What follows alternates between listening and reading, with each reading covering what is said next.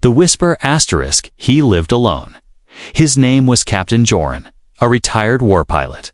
For the last 5 years, he had lived on an old cargo ship, floating near the edge of known space. No neighbors, no family, no calls, only silence. Every day was the same. He woke up, checked the systems, made black coffee, and stared out the window. Stars never changed. Time moved, but everything else stayed still. He liked it that way. Quiet was safe. Until one morning, someone knocked on his door. At first, he thought it was a system glitch. No one came this far out. He hadn't heard a voice in weeks, but the knock came again. 3 soft taps, then silence. He reached for his weapon. His heart beat faster. He walked slowly to the metal door. On the other side was just space, rock, and cold air. And then, a voice, a girl's voice. Very soft, almost shaking. I can cook. I can clean. I can be quiet. Joran froze. The words didn't make sense. Was it a trick? He looked at the control screen. There was someone outside. Human life signs. Weak, but alive. Please, she whispered again. They're coming. I don't want to die. Joran's hand hovered over the lock button. He didn't move. His mind raced with questions. Who was she? Why was she here? Was this a trap? But something in her voice. It wasn't fear. It was hope. He opened the door. She fell forward into his arms. A small girl, maybe 15 or 16. Thin, dirty, shaking. Her eyes were wide with fear. Joran quickly shut the door and locked it. He didn't speak. He just stared at her.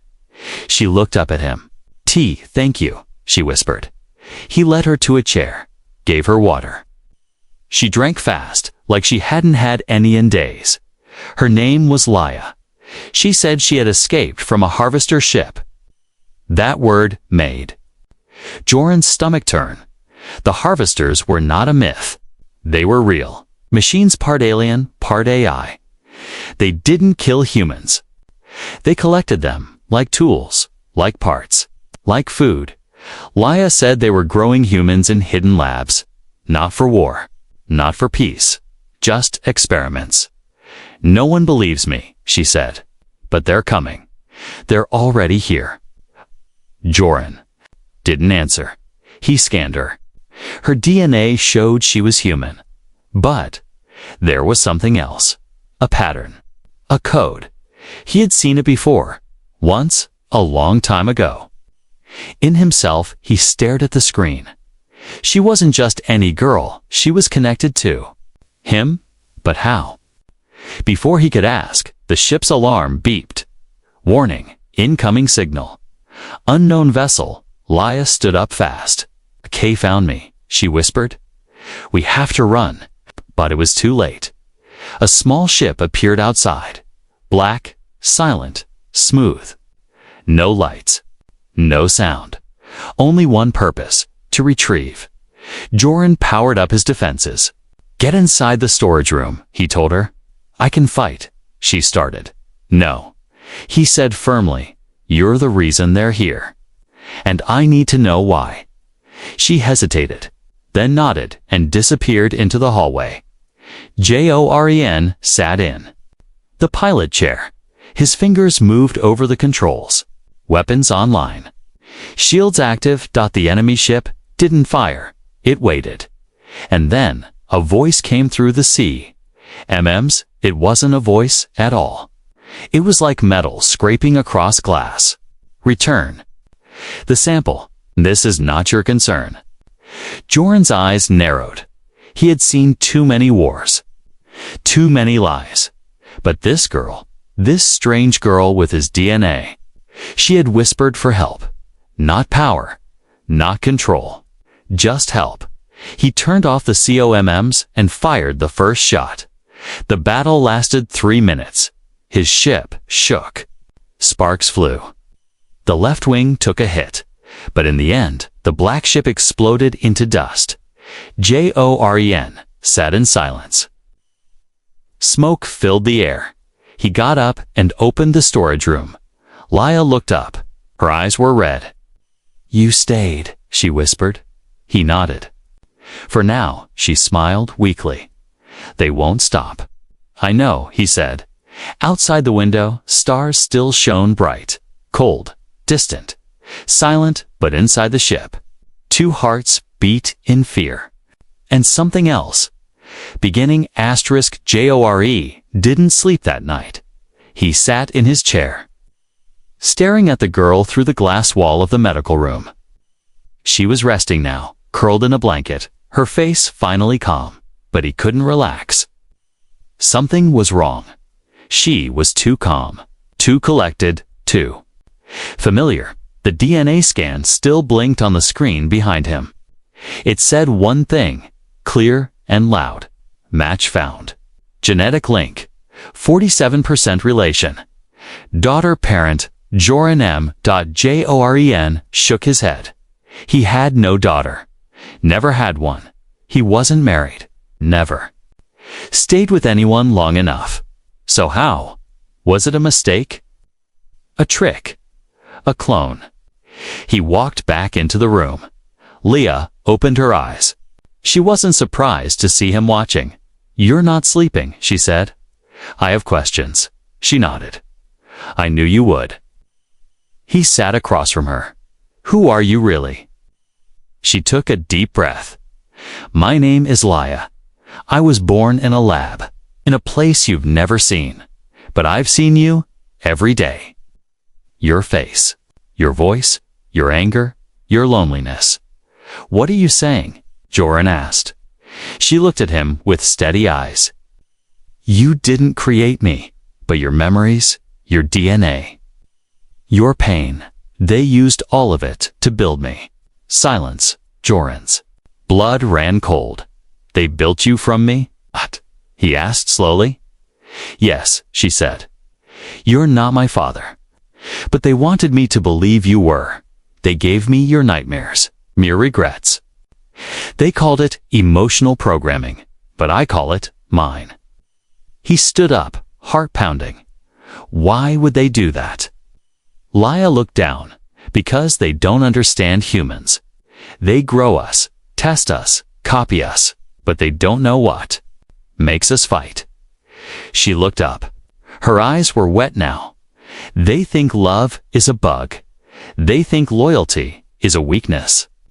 They couldn't break me, so they marked me as a failure and planned to recycle me. "Recycle?" Joran asked. She nodded. "Erase my mind, turn me into someone else. A blank shell." Joran stepped back. This wasn't just a scared girl. This was a weapon, a message, and maybe. He turned toward the window. Outside, the stars blinked silently. Leah's voice broke the silence. "Do you know why I escaped?" He didn't answer. She stood up because I had one thing they couldn't erase. A feeling I didn't understand, but it was stronger than fear. "What was it?" Joran asked. She smiled. Faintly. "Hope. I hoped you were real. That somewhere out here, you still existed. The man in my memories. The one who never gave up." Joran said nothing. He couldn't. His hands were shaking. Laia walked closer. "I don't care what I was made for. I only care what I choose now. I choose to fight." "You're just a child," he said. "I'm what they made, but I'm not theirs anymore." Suddenly, the ship system beeped. Unauthorized scan detected. Source: Planet G17, 2 jumps away. Harvester beacon ping. Active.JOREN. Turn to the console. The girl was right. They were tracking her. And now they were close. Very close. "We need to leave," he said. "No," she whispered. "We need to stop running." He stared at her. "Do you want to die?" "No," she said. "I want to live, but not like this. If we run, they find us again. If we fight, maybe someone else doesn't have to." He sighed. You sound like a soldier. She smiled. I sound like you. The lights flickered. The harvesters were watching now. Waiting, Leah looked at him with fire in her eyes. They made me from your pain, she said. Now let me show them what your hope looks like. Joran looked at her, not a weapon, not a clone, not a mistake, but something new, something human. He nodded slowly. Then let's teach them what a mistake really looks like. The stars outside seemed to grow darker, but inside the ship, a new kind of light had just begun to shine. Joran was dreaming. He stood in a burning city. Skies were black. Buildings fell in silence. No screams, no fire, just silence. He turned around and saw her, Leah, standing in the flames. Smiling, you left me, she whispered. You always do? Suddenly, her face melted. Not from fire, but from the inside. And then, he woke up. The ship was dark. No sound. No lights. Just a red glow blinking on the control panel. Warning, external scan, active. Source, unknown. Cloaked object, detected. 900 meters. Approaching, he grabbed his jacket, ran to the command room. Leah was already there, sitting still, eyes wide open. Hands shaking, I felt them, she said. What do you mean? Joran asked, scanning the panel. They're not just machines, she whispered. They reach into your mind before they reach your ship. He looked at her. Dreams. Asked, she nodded. Not dreams. Probes. They want to know if we're afraid. Joran paused. He was afraid. But not for himself. He was afraid for her. He powered up the defense systems. Get to the back room. Lock the door. She didn't move. They won't kill us yet, she said softly. First, they'll speak. The red light changed. The speakers came on. But there was no sound. Instead, every screen in the ship flickered. Joran saw a face. Not human. Not alien. A copy, it was his own face, but twisted, hollow eyes. No voice, no emotion. Then a sentence appeared on the screen. You will surrender the asset. You will be rewarded. Leah stepped closer to the screen. Asa, she said quietly. That's what I was to them. The face on screen didn't blink. Joran spoke to it. Come and take her. The face tilted its head. A message appeared. You are emotional. You are corrupted. You are next. Suddenly, the lights shut off. All systems went dark. Complete blackout. Joran grabbed a flashlight. The beam cut through the smoke. The power core was overheating. They've triggered a system loop, he said. They're trying to shut us. Down from the inside, Leah moved to the engine wall. She pulled off a panel. Her hands were fast, trained. I know this code, she said. I've seen it. In the lab, they taught us how to obey it. But you didn't, he said. She looked up. No, I learned how to break it. She rewired 3 cables. Sparks flew. The lights came back. Power restored. Shields active. Weapons. Online, the screen flickered again. This time, it showed something else. Boarding initiated. Joran turned pale. They're not going to destroy us. They want us alive. No, Leah said. They want me, and they want to watch you give me up. There was a soft sound, like air moving through metal. Then footsteps, not loud, not fast, but metal. Slow.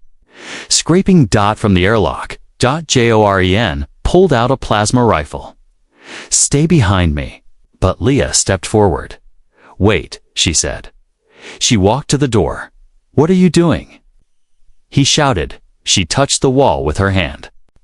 Closed her eyes and began whispering. Not words. A frequency, high-pitched, soft, controlled. The sound traveled through the ship like a pulse. Outside the door, The footsteps stopped. A moment passed, then the whole ship shook. Joren nearly fell over. What was that? Leah opened her eyes. Her nose was bleeding. I sent them something, she said. What? Joren asked. A warning, she replied. Something they don't understand. And what's that? She looked at him. Fear.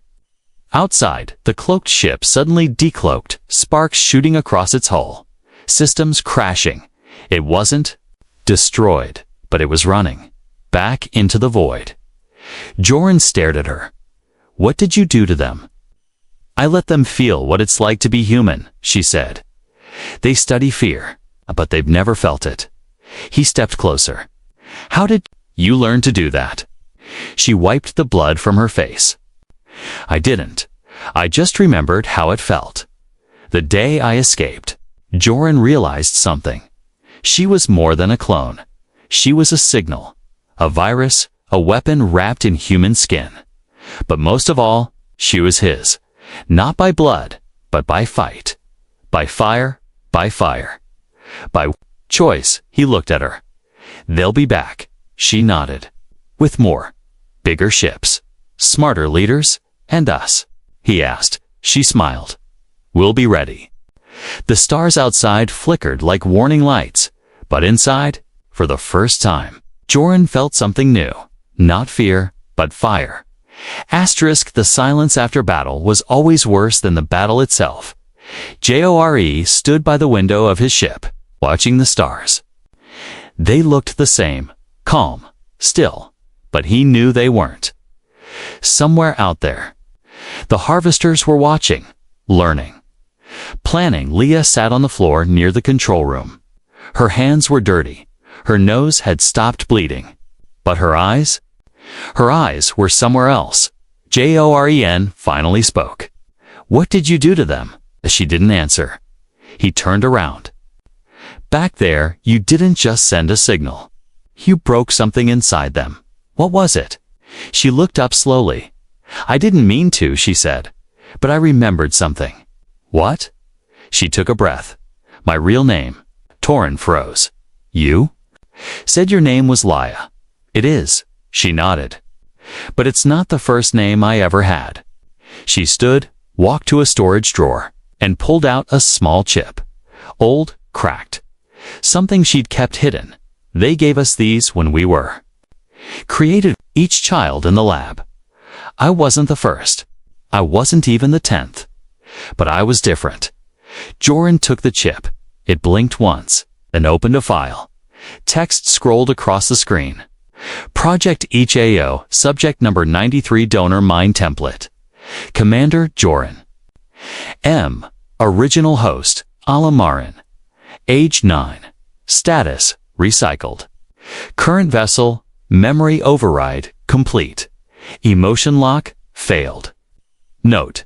Subject retains original name identity. Recommend destruction. Joren stared. This girl, Allah. She was real. Leah nodded. She was the first child they connected to your memories. Not a clone, not a machine. A real girl. They tried to delete her, replace her thoughts, but something stayed. So my memories? Joren asked. No, she said softly. Your pain, your guilt. They built 1,000 soldiers using your mind, but only Isla. Only I remembered the feeling. She stepped forward. I'm not just built from you. I'm haunted by you.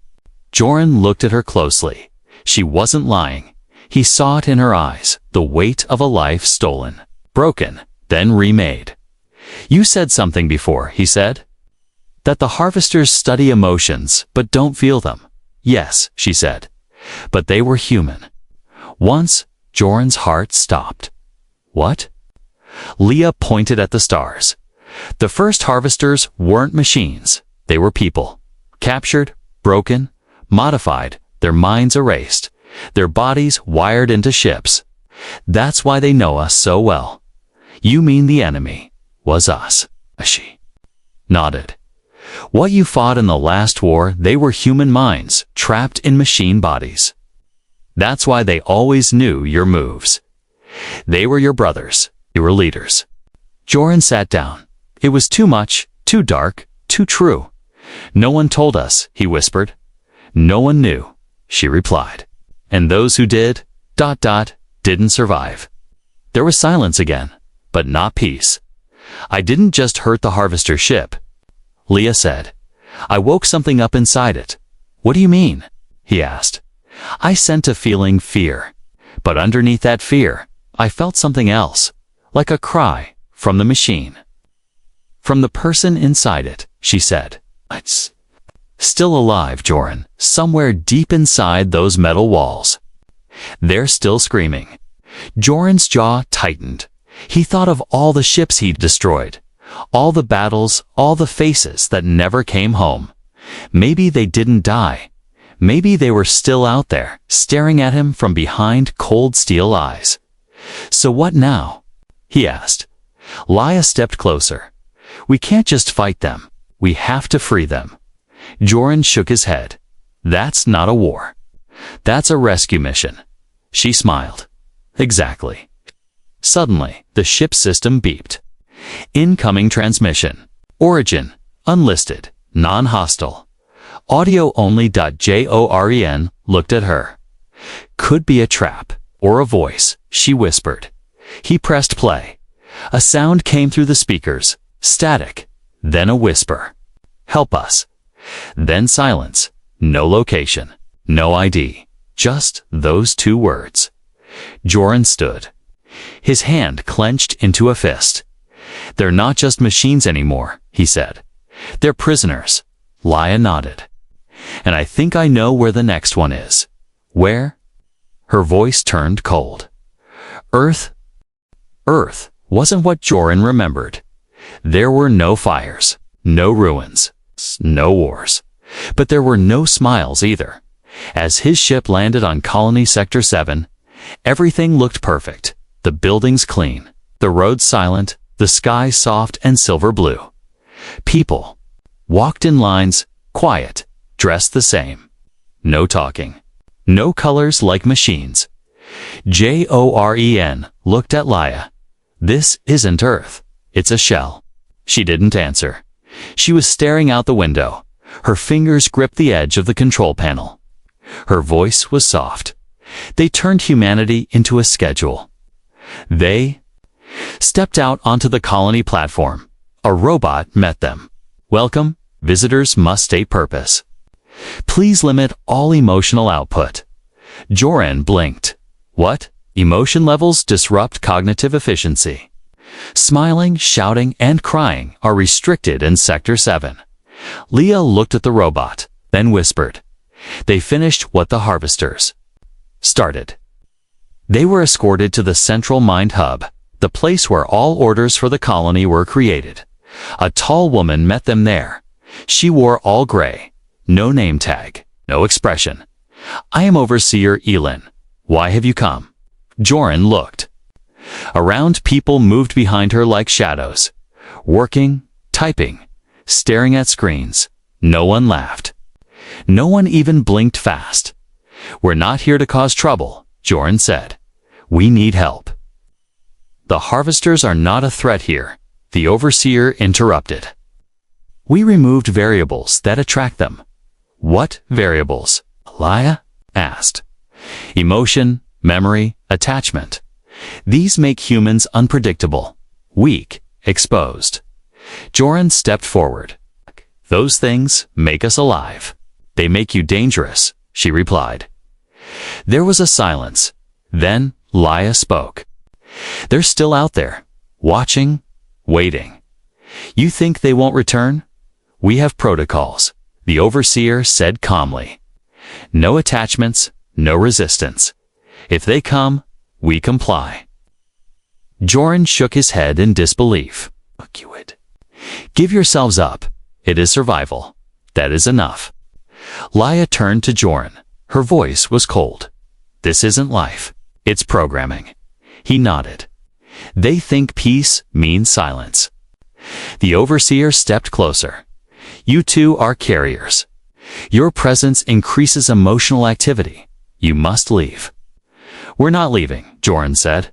"Then you will be erased." Suddenly, guards stepped forward. Not with weapons, but with memory extractors. Long silver rods glowing blue. Laia didn't move, but the lights in the room flickered slightly. Then again, a child had entered the room, small, maybe 7 years old. Holding a toy made of wires, he stared at Liat and smiled.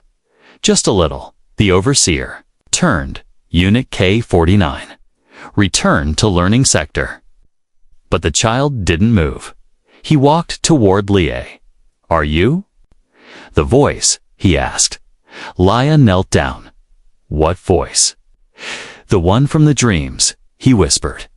"The voice that cries." Joran's eyes widened. Leah's voice was soft. "What else do you hear?" The child looked around, nervous. "I see. Stars and a door. And someone locked outside." The overseer's face tightened. This interaction must stop. But Leah reached out and touched the boy's hand. In that moment, everything changed. A surge, lights burst, screens shattered, all. Over the colony, people stopped. A wave of memory, emotion, connection broke through the silence. A man dropped his files. A woman clutched her chest. Someone shouted. Someone laughed. Someone screamed. The overseer fell to her knees. "What have you done?" She cried. Joran looked around. People were waking up, not from sleep, but from numbness. Laia stood slowly. Her voice was clear. "I didn't give them emotion," she said. "It was always there, just locked away." The boy looked up at her. "Can you teach us to feel?" She nodded. "That's why I came."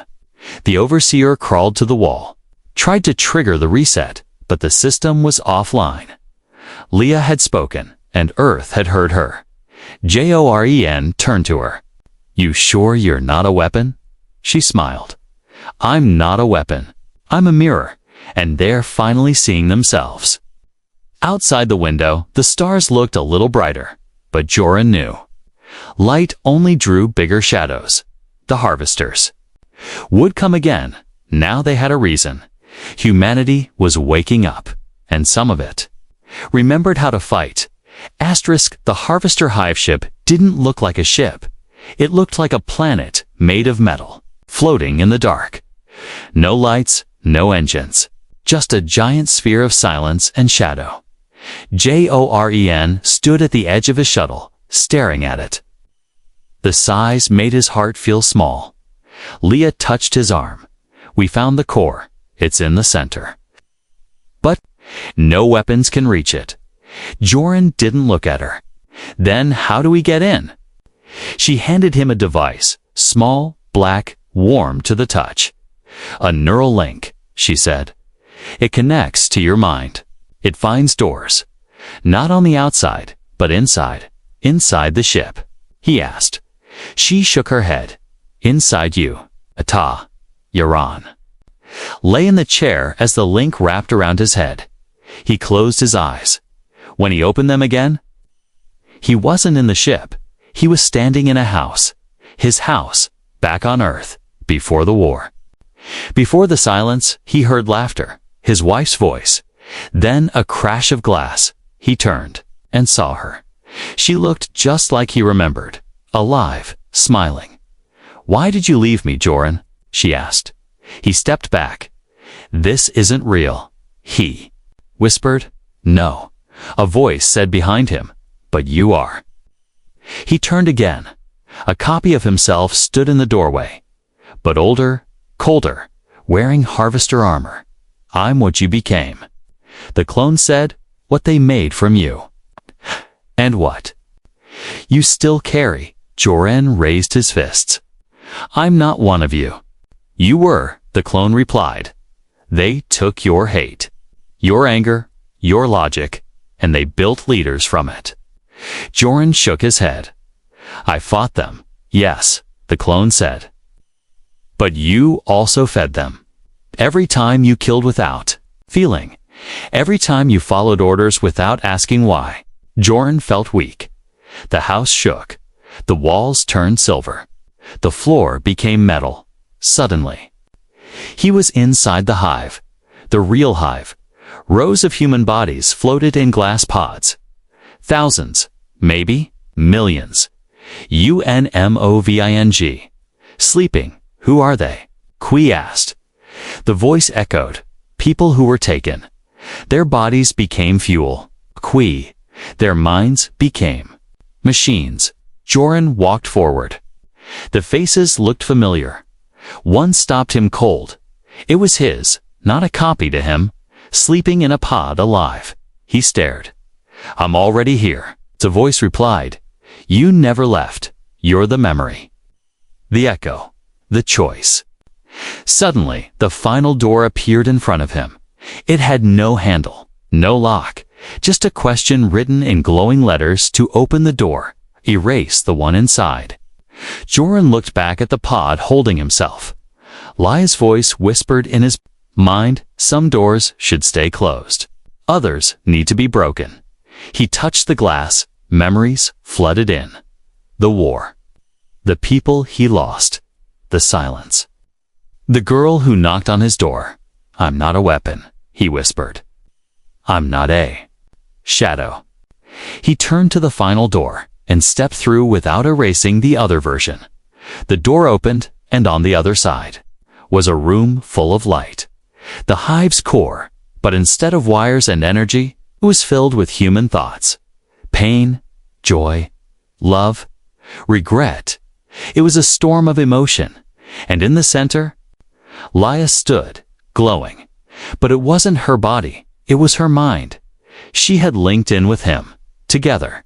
Their emotions burned like fire. The walls cracked, the hive screamed, not with sound, but with feeling. Joran heard millions of voices, not enemies, prisoners, and they were waking up. He ran to Leah. Can we shut it down? No, she said. We can set it free. She held out her hand. Will you feel everything again, Joran? The pain, the love, the loss. He took her hand. I already do. Outside, the hive ship cracked open. Across the galaxy harvester. Vessels stopped moving. Some crashed. Some simply shut off. Others changed direction. Toward the stars. Toward home. Joran opened his eyes and the shuttle Lai was beside him, alive, breathing. You did it, she whispered. He smiled. No, he said. We remembered who we are. The hive ship was gone. Where it once floated dead and cold, there was now only dust and light. The light moved, not fast, not loud. It drifted between stars, soft and glowing. Like breath returning to a sleeping body. Joran watched it from orbit. He didn't speak. Laia stood beside him. Silent, too. For the first time in years, the galaxy was quiet because it wanted to be, not because it had no choice. He turned to her. How many? Hundreds of thousands, she said, waking up, confused, afraid. Alive, Joran nodded. What now? Laia looked at the stars. Now, they remember. Not just facts, not just commands, but why they exist. Joran leaned against the control panel. Will they forgive us? For what? For letting it happen. She was quiet, then. She whispered, That's not your question. He looked at her. She stepped closer. The real question is, will you forgive yourself? They returned to Earth, but Earth was different now. The silence had cracked. People were laughing again, arguing, singing, even crying in public. Without shame, it wasn't perfect, but it was human. Joran sat in a garden, a real one. Not simulated. He watched children run through dirt.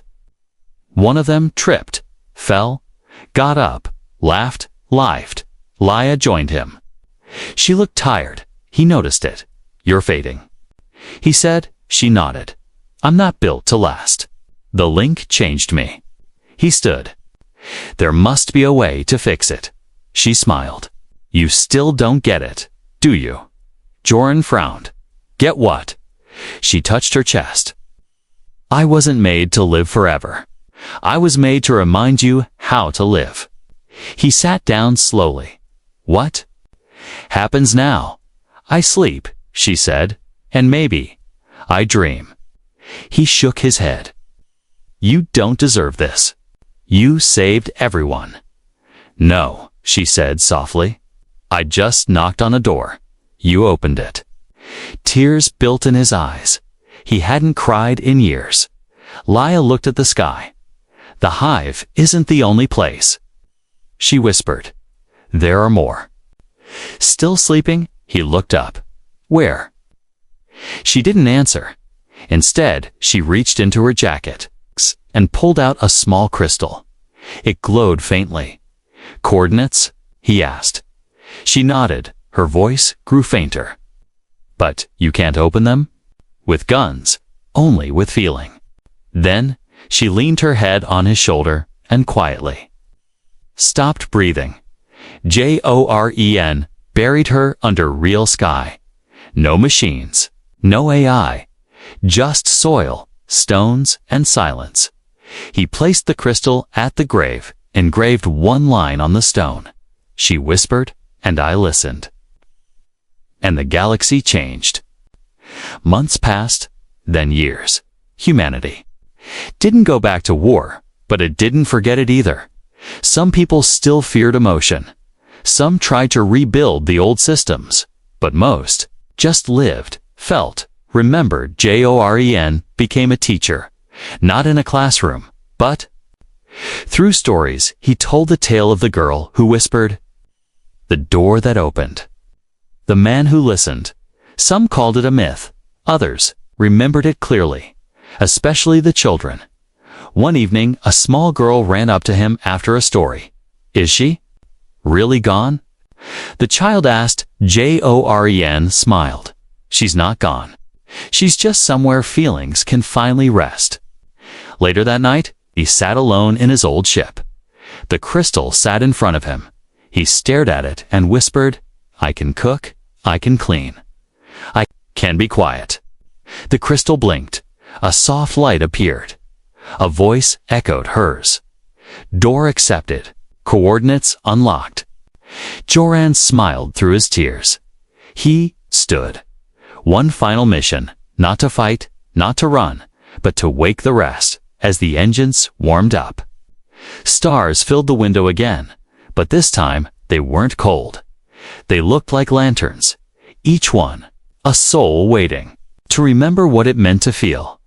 And somewhere out there, a door was waiting to be opened.